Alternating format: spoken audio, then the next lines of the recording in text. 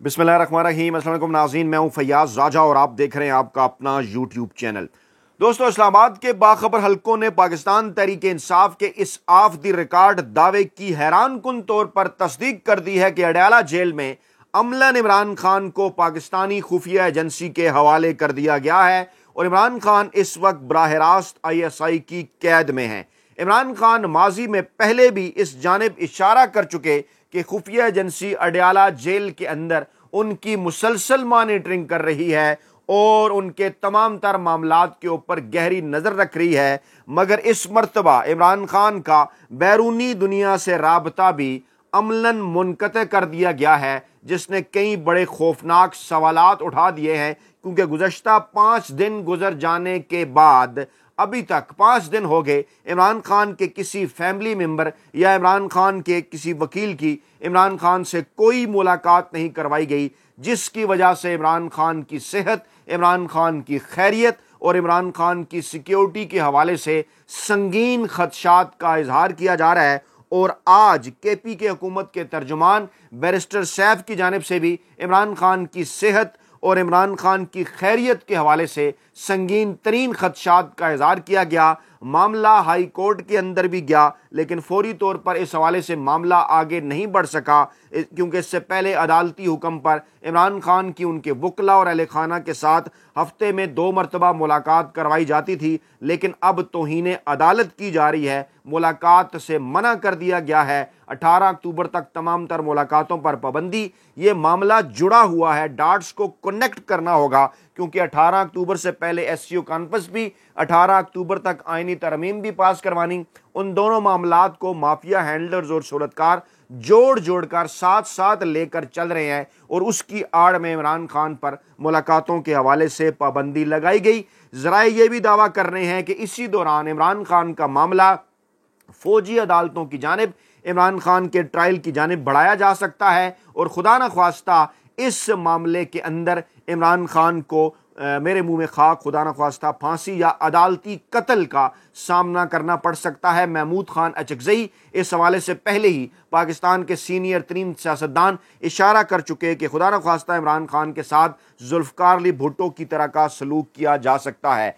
25 अक्टूबर को रिटायर्ड होने वाले काजी फैज ईसा साहब इस चुनतखब हुकूमत की इंश्योरेंस पॉलिसी हैं, इसलिए अगले 15 घंटे पाकिस्तान की तारीख में इंतहाई अहम हैं। लंदन प्लान के अहम तरीन किरदार काजी साहब की बका पर हाफिज साहब की बका का इन्हिसार है और वाकफाने हाल का यह कहना है कि काजी ईसा साहब के घर जाने के बाद पाकिस्तान तहरीक इंसाफ के मैंडेट और इमरान खान की बतौर वज़ीर-ए-आज़म वापसी की इत्तलात ने चुनतखब हुकूमत के साथ साथ इस्टेब्लिशमेंट को भी परेशान कर दिया है। जो बड़ी डेवलपमेंट्स आज हो रही हैं, उनको अगर जोड़कर देखा जाए तो उसकी यही वजूहात हैं। मौलाना फजल रहमान साहब और उनकी पूरी सियासी जमात की जानिब से ये रद्द अमल कि हमने किसी किस्म का कोई वादा नहीं किया, हमने मुसवदा मुकम्मल तौर पर मुस्तरद कर दिया है, हमारे मुतल्लिक झूठ फैलाया जा रहा है। अब से थोड़ी देर पहले पाकिस्तान तहरीक इंसाफ और जमीयत उलमा इस्लाम के वफ्द की अहम तरीन मुलाकात, पाकिस्तान तहरीक इंसाफ का वफ्द मौलाना फजल रहमान के घर पहुंचा। दूसरी जानिब बिलावल भुट्टो जरदारी साहब की आनिया जानिया मुसलसल दूसरे दिन इस बात का गिला शिकवा कि इमरान खान उनसे बात नहीं करना चाहते, इमरान खान इस्टेब्लिशमेंट से बात करना चाहते हैं और उनकी जानिब से इस ख्वाहिश का इजहार कि जनाब इमरान खान हमसे बात कर लें तो रास्ता निकल सकता है। ये 2 बड़ी डेवलपमेंट और साथ में आर्मी चीफ के पास इस्टेब्लिशमेंट और पाकिस्तानी इदारे के तर्जुमान वजीर दफा ख्वाजा आसिफ साहब की इंतहाई हैरान कुन स्टेटमेंट, बड़ा इंकशाफ, बड़ा एतराफ़, जिसने तमाम तर चीज़ें मुकम्मल तौर पर खोल कर सामने रख दी हैं। ख्वाजा आसिफ मौसूफ फरमाते हैं कि यह खदशा मौजूद है, अदलिया में तब्दीली आने के बाद इलेक्शन का ऑडिट हो सकता है। यही है वो पॉइंट, यही है वो नुक्ता कि जिसकी वजह से लर्जा बरांदम है माफिया इस्टेब्लिशमेंट और उनके सहूलतकार कि अगर काजी फैज ईसा साहब चले गए, मंसूर अली शाह साहब आ गए, तो हमारे इस जाली इलेक्शन का क्या होगा। वज़ीर दफ़ा ख्वाजा आसिफ साहब कहते हैं कि यह खदशा मौजूद है कि अदलिया में तब्दीली आने के बाद इलेक्शन का ऑडिट हो सकता है। मौसूफ कहते हैं कि जब पहली बार मैंने ये बात कही थी तो मुझे इस वक्त भी इस बात उस वक्त भी इस बात के इशारे मिले थे, यानी हिफ्ज़ मातकद्दम के तौर पर उन्होंने ये बातें पहले से करना शुरू कर दी थी, क्योंकि अच्छी तरह से उन्हें इस बात का अंदाज़ा था कि सुप्रीम कोर्ट ऑफ पाकिस्तान के आने वाले चीफ जस्टिस मंसूर अली शाह साहब आइन और कानून के साथ खड़े होंगे। उनके साथ एक दर्जन के लगभग जो बहादुर जज साहबान हैं वो भी आइन और कानून के साथ खड़े होंगे, और काजी फैज़ ईसा साहब के जाने के बाद पाकिस्तान की सुप्रीम कोर्ट से आइन और कानून के मुताबिक फैसले आना शुरू हो जाएंगे। ख्वाजा आसिफ ने कहा कि यह खदशा मौजूद है कि अदलिया में तब्दीली आने के बाद इलेक्शन का ऑडिट हो सकता है। अब इस ऑडिट से क्या मुराद है, पहले ये समझ लें। ऑडिट से मुराद ये है कि सुप्रीम कोर्ट ऑफ पाकिस्तान के पास मामलात आने हैं इलेक्शन ट्रिब्यूनल के बाद, यानी इलेक्शन ट्रिब्यूनल जहां पर पहले हाजिर सर्विस जज साहिबान ने फैसले करने थे आइन और कानून के मुताबिक, वहां पर एक डील के जरिए जस्टिस आलिया नीलम साहबा को वहां लगाकर शहजाद मलिक साहब को जानबूझकर सुप्रीम कोर्ट लाकर ताकि उस मामले को बिगाड़ा जा सके, इलेक्शन कमिश्नर की मर्जी के ऊपर अपनी मर्जी के जज रिटायर लगाकर उन मामलात को दबाने की कोशिश की गई। पहले मरहले पे अगर वहीं पे इलेक्शन ट्रिब्यूनल के फैसले आ जाते तो ये इलेक्शन मुकम्मल तौर पर फारिग हो जाता, लेकिन अब इन इलेक्शन ट्रिब्यूनल में ये इस किस्म के जाली फैसले करवाने के बावजूद मामलात जब सुप्रीम कोर्ट ऑफ पाकिस्तान आएंगे तो अगले 90 दिनों के अंदर ही, यानी कि फरवरी से पहले पहले मैंडेट पाकिस्तान तहरीक इंसाफ का वाज़े हो जाएगा, उन्हें वापस मिल जाएगा और पाकिस्तान तहरीक इंसाफ इस पोजीशन में आ सकती है कि वो बड़ी आसानी के साथ 2/3 अक्सरियत के जरिए इस ऐवान में अपनी हुकूमत बना सके, इमरान खान पाकिस्तान के मुंतखब वज़ीर आज़म हों।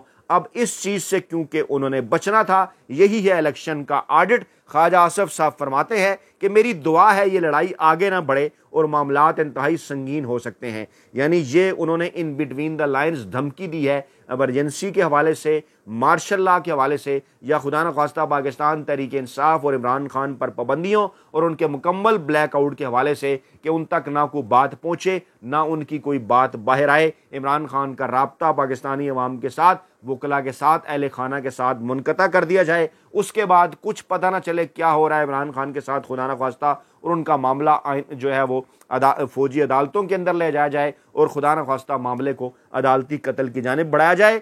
वज़ीर दफ़ा ख्वाजा आसिफ साहब कह रहे हैं कि मुल्क में इलेक्शन मनसूख करार दिए जाने की बात हो रही है, इलेक्शन कलअदम हो सकते हैं। ये बात उन्हें किसने की? डेफिनेटली उन्हें इस बात का अंदाज़ा है, वो जो कहते हैं ना कि चोर की दाढ़ी में तिनका, उन्हें इस बात का पता है कि इलेक्शन जिस तरीके से चुराया गया, जिस तरीके से नताइज तब्दील किए गए, सबको इस बात का अंदाज़ा है। अभी भी इलेक्शन कमीशन ऑफ पाकिस्तान के ज़राए का ये दावा है कि असली और नस्ली नताइज जो हैं 100% वो इलेक्शन कमीशन के पास महफूज हैं।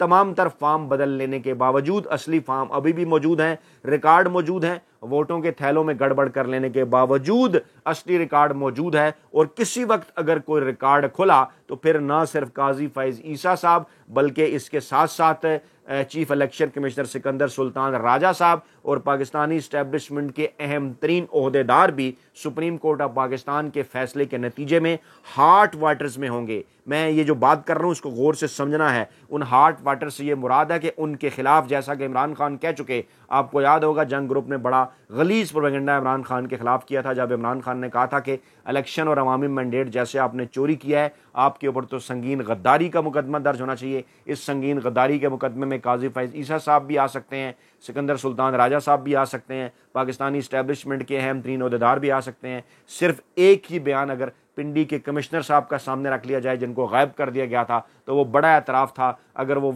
उनके ज़रिए ही अगर चीज़ें खुल जाएं, अगर वो वादा माफ़ गुआ बन जाएं बदलते माहौल के अंदर, तो तमाम तर चीज़ें खुल जाएंगी। इसी तरफ ख्वाजा आसिफ साहब ने भी इशारा किया कि सरगोशियाँ ये हैं कि अक्टूबर में अदालत में इलेक्शन से मुतल्लिक दरख्वास्तें आएंगी तो वो निमट लेंगे। अब ये मंसूर अली शाह साहब के खिलाफ माहौल बनाना चाहते हैं, जो कि बिलावल भुट्टो जरदारी भी अपना किरदार अदा कर रहे हैं। मुसलसल दूसरा बयान उन्होंने गुज़श्ता 24 घंटों के अंदर दिया है कि उन्हें मंसूर अली शाह पर एतमाद नहीं है कि वो जजेस को 25 अक्टूबर के बाद कंट्रोल कर सकेंगे। क्या मतलब है इसका?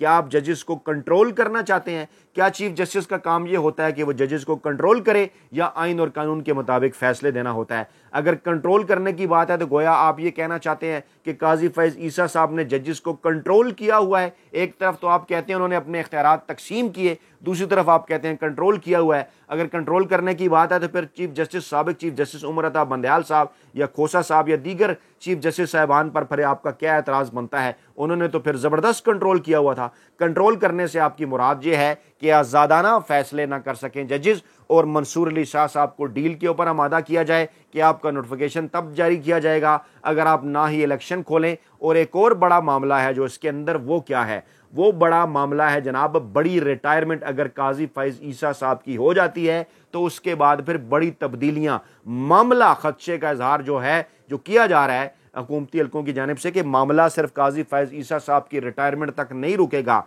बल्कि अगर पाकिस्तान तहरीक इंसाफ का मैंडेट वापस होता है, इमरान खान बतौर वज़ीर-ए-आज़म वापस आते हैं, तो अगले पूरा 1 साल है मौजूदा आर्मी चीफ साहब की मुद्दत ख़त्म होने में, यानी नवंबर 2025। और इस हवाले से दरखास्तें माजी में आ चुकी हैं कि जो मौजूदा आर्मी चीफ साहब की अपॉइंटमेंट है, इस हवाले से कुछ हल्कों की जानिब से इस किस्म की आवाज़ें उठी थी कि वो रिटायर हो गए थे, उनकी रिटायरमेंट के बाद उनकी अपॉइंटमेंट हुई और फिर आइनी और कानूनी हक वज़ीर-ए-आज़म के पास होता है आर्मी चीफ साहब को तब्दील करने का। इसलिए ये खदशा भी जाहिर किया जा रहा है, यही तो गारंटियाँ इमरान खान से भी हासिल करने की कोशिश की जा रही हैं कि अगर कुछ ऐसा हुआ तो आप ये तब्दीलियाँ नहीं करेंगे। यानी ये दोनों काम 18 अक्टूबर तक खुफिया हाथ, हैंडलर्स और सहूलतकार करना चाहते हैं कि एक तो इमरान खान का राब्ता मनकता करके, ताकि PTI क़यादत के साथ राब्ता ना हो, कोई जलसे जुलूस ना हो सके, कोई एहतजाज ना हो सके, एक खामोशी सी बना दी जाए और उसकी SCO की आड़ में फिर जो है वो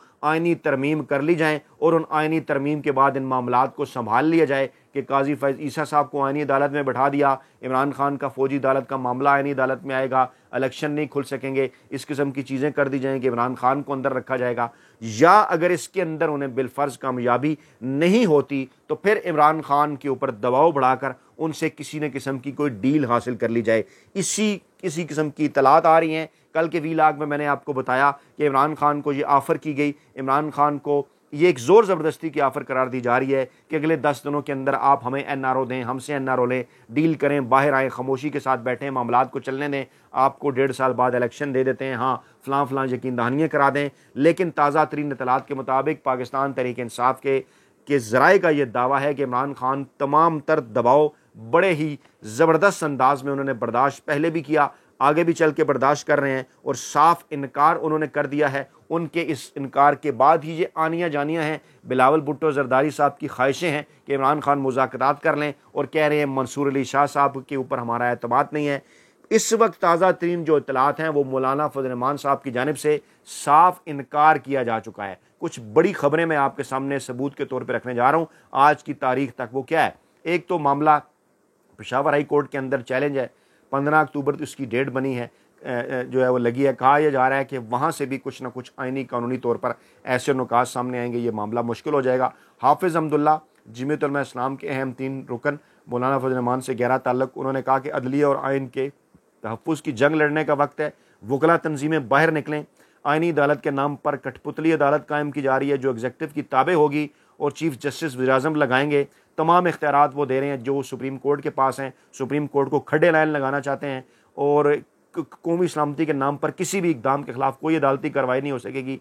ये जो काम कर रहे हैं इससे सियासत, जमहूरियत, आइन और अदलिया बिल्डोज़ होगी। अब अदलिया और आइन के तहफ़्फ़ुज़ की जंग लड़ने का वक्त है। वकला तंजीमें बाहर निकलें। खामोशी इख्तियार की तो तारीख़ कभी माफ़ नहीं करेगी। अब से थोड़ी देर पहले की खबर, 500 से ज़ायद वकला ने, कराची के जो 500 से ज़ायद वकला हैं, उन्होंने चीफ जस्टिस ऑफ पाकिस्तान को ख़त लिख दिया है। शदीद तरीन तहफ़्फ़ुज़ात का इज़हार इस मुजव्वज़ा मुबैना आइनी तरमीम के ऊपर किया है कि जनाब ये अदलिया को मुकम्मल तौर पर बिल्डोज़ करने की कोशिश है। ताज़ा तरीन इत्तलात के मुताबिक अब से थोड़ी देर पहले मुलाकात करके पाकिस्तान तहरीक इंसाफ का वफ़द वापस रवाना हो चुका है। मुसवदा मुश्तरका आएगा। PTI और JUI का इस बात के ऊपर इत्तफाक किया गया है। JUI ने कहा है कि हमने किसी किस्म की कोई यकीन दहानी नहीं कराई उस बड़ी मुलाकात के अंदर जिसके मुतल्लिक बिलावल ने इशारा किया कि जरदारी मौजूद थे, नवाज शरीफ मौजूद थे और बिलावल साहब मौजूद थे, शहबाज शरीफ मौजूद थे, सागदार मौजूद थे, मौलाना फजल रहमान साहब को मनाया गया है। मौलाना फजल रहमान साहब के पार्टी लेवल पे ये कहा जा रहा है कि उनको नहीं बनाया गया।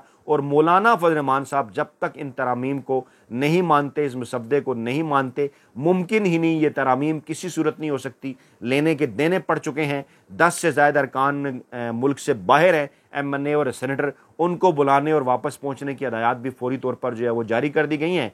और जनाब मामलात इस वक्त चलाए जा रहे हैं मीडिया के बयानियों के ज़रिए। इंसार अब्बासी साहब ये बयानियाँ दे रहे हैं कि सियासी और मुआशी इस्तेकाम के लिए हुक्मरान ट्राइका मुत्तहिद है। हुक्मरान ट्राइका से क्या मुराद है कि जरदारी साहब, शहबाज शरीफ साहब और आर्मी चीफ साहब, यानी आर्मी चीफ साहब को इन्होंने ट्राइका हुक्मरान ट्राइका का हिस्सा करार दे दिया है। खुदा किसी दुश्मन को भी इस किस्म के सरकारी तर्जुमान न दे कि इंसार अब्बासी साहब जब तर्जुमानी करते हैं तो उल्टा अपने जो उनके ममदू हैं उनको ही फंसा देते हैं। अपना बहुत ख्याल रखिएगा, दुआओं में याद रखिएगा। नई वीडियो के साथ जल्द हाजिर होंगे। अल्लाह ने के मान।